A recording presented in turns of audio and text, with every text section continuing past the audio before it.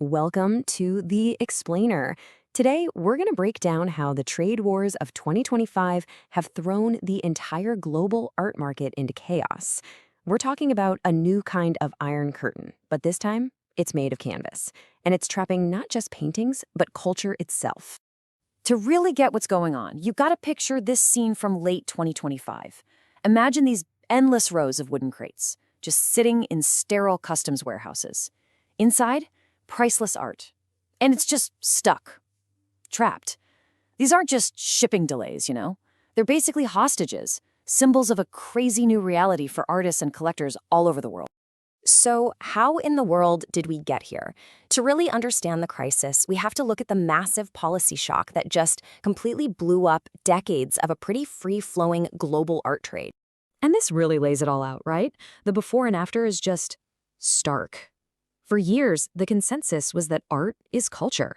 It had this special status, breezing through customs with 0% import duties.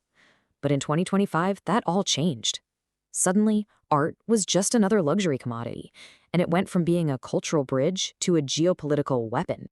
So what kicked this all off? It was a U.S. policy in April 2025 that started lumping paintings and sculptures in with, like, Italian sports cars and French handbags. I mean, think about that. This one simple reclassification was the move that just shattered the business models for galleries all across the Atlantic and the Pacific. So, a new blanket 20% tariff got slapped on art coming from the EU and China.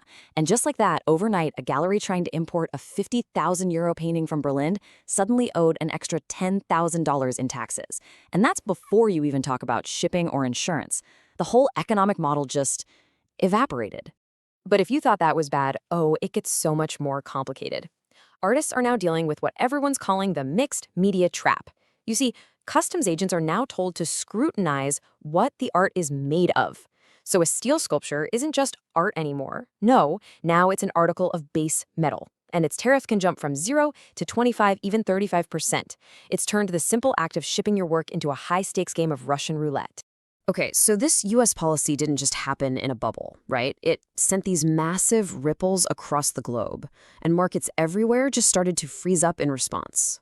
Europe actually tried to play it smart. They tried to become a safe harbor, right? Countries like Germany and France even lowered their own taxes to lure in business. But it didn't work. And you want to know why? Because European collectors are now absolutely terrified to buy American art. They're afraid that while a painting is literally on a boat crossing the Atlantic, the EU might just drop its own retaliatory tariffs. And that fear, that uncertainty alone, has just frozen the entire market. And then you look over at Asia, and the situation is even more dire.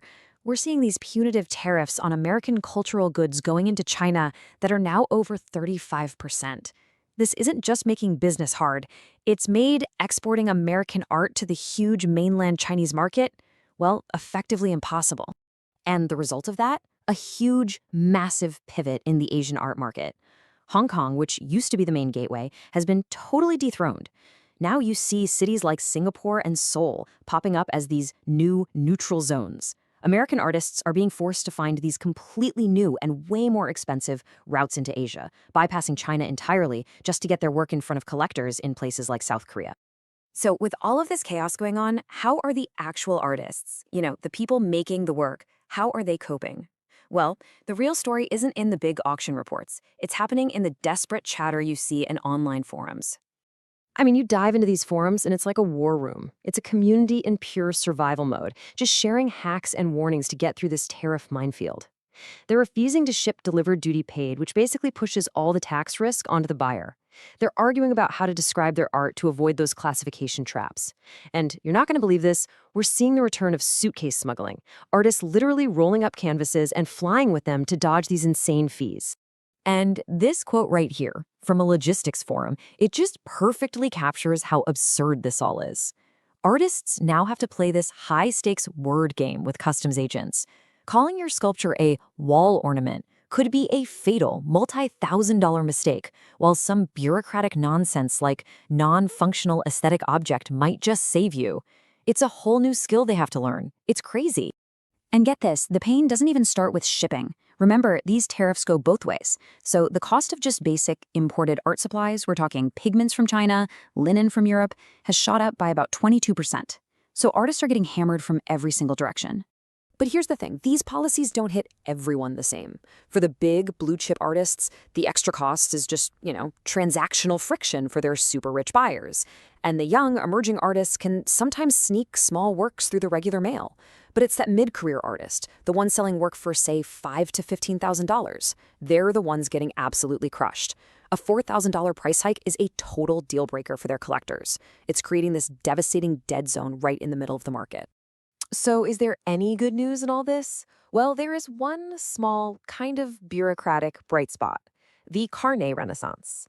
A carnet is basically a passport for your artwork. It lets an artist ship their work to an international show tax-free as long as it comes back within a year.